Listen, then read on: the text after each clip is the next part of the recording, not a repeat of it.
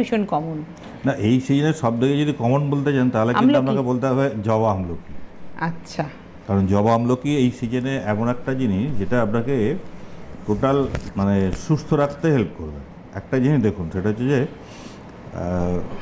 জবার যে এগুলো আছে না, জবাতে যে জিনিসগুলো পাওয়া যায়, যে ন্যাচারাল ইনগ্রিডিয়েন্টসগুলো পাওয়া যায়, বা যে অ্যালকালাস বলুন, ফ্লেভিনয়েডস বলুন, এগুলো যেগুলো পাওয়া যায়, এইগুলো কিন্তু আমাদের বডিটাকে পুরো ফিট রাখে।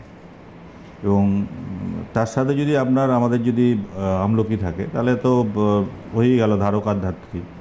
তো সেই জায়গাটা থেকে আপনার কিন্তু খুব ভালো রাখে। আর আপনি তো আমরা এখন তো মোটামুটি একটা জায়গায় আসতে পেরেছি যে জবা খেলে কি হয়। এবং যারা দীর্ঘদিন ধরে খেয়েছেন, ধরুন 1 বছর পার করে দিয়েছেন, 2 বছর, 2.5 বছর, তারা নিজেরাই এখন বলছেন আমাদের। তো সেক্ষেত্রে ইমিউনিটি পাওয়ারটা হচ্ছে মেন পাওয়ার। ইমিউনিটি পাওয়ারের মধ্যে যদি আপনি ঠিক রাখতে পারেন ইমিউনিটি পাওয়ারটাকে, তাহলে কিন্তু আপনি জানবেন যে আপনি একটা জায়গায় আছেন। কিন্তু ইমিউনিটি পাওয়ার রাখার জন্য আপনাকে আমলকি আর জবাটা আপনাকে খেতেই হবে।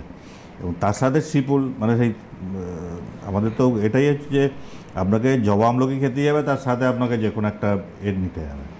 তো সেক্ষেত্রে জবা আমলকি এই সময় সবাইকেই নিতে হবে। জবা আমলকি ছাড়া কোনো উপায় নেই। আর যাদের সর্দি আছে বলুন, বা রয়েছে বলুন, সর্দির ধাত আছে, তারা আমলকিটাকে 2 থেকে 3 বার করে অন্তত মিনিমাম খাবেন, সকালে একবার, বিকেলে একবার।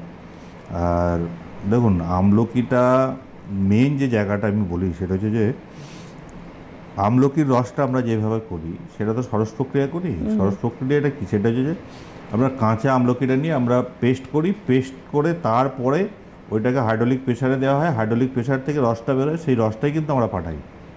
এর সাথে কোনো অ্যাডেড এর মধ্যে আপনার অয়েল পোর্শনও গেল, ওয়াটার পোর্শনও গেল, সবটাই মানে কোনো কিছু বাদ গেল না। যেমন হবে আমরা ধরুন বাড়িতে যে ফলে ফ্রুট জুস করে খাই, মিক্সি দিয়ে করে নিয়ে সেটাকে ফ্রুট জুস করে খাই, ঠিক সেই রকমভাবেই হয়, কিন্তু এটা বাল্কে হয়। কারণ যেহেতু প্রেশারটা অনেক বেশি হয়। আমরা ওখানে যেমন হাতে করে ছেঁকে নিই বা এমনি এতে করে দিই, কিন্তু এখানে ওই প্রেশারটা অনেক বেশি হয়, মেকানিক্যাল প্রেশার, তো যার ফলে পুরো জিনিসটাই থাকে। এবং সেই ক্ষেত্রে কী হয়, আমলকিতে যে জিনিসগুলো থাকে, ধরুন ভিটামিন সি, আপনার যে সমস্ত এলিমেন্টসগুলো থাকে, মানে খুব কম যেগুলো আমাদের লাগে, জিঙ্ক বলুন, পটাশিয়াম বলুন, সোডিয়াম বলুন, বা আদার যে সমস্ত এগুলো থাকে, সেগুলো আমাদের কিন্তু ওতে আমরা পাই। এবং যার ফলে কী হয়, আমাদের ইমিউনিটি পাওয়ারটা অনেক বেশি হয়। এবং সেই বেশি হওয়ার জন্যই কিন্তু আজকে আমাদের সুস্থ থাকতে পারি। আর আরেকটা জিনিস আমি বলবো, সেটা হচ্ছে যে এই মুহূর্তে আজকে এই মুহূর্তে আপনি কিন্তু আমলকি জবাটা কিন্তু সবসময় আপনাকে রাখতেই হবে। বাকি তারপরে আপনি আপনার মতো করে করুন। সুতরাং সেই জায়গাটা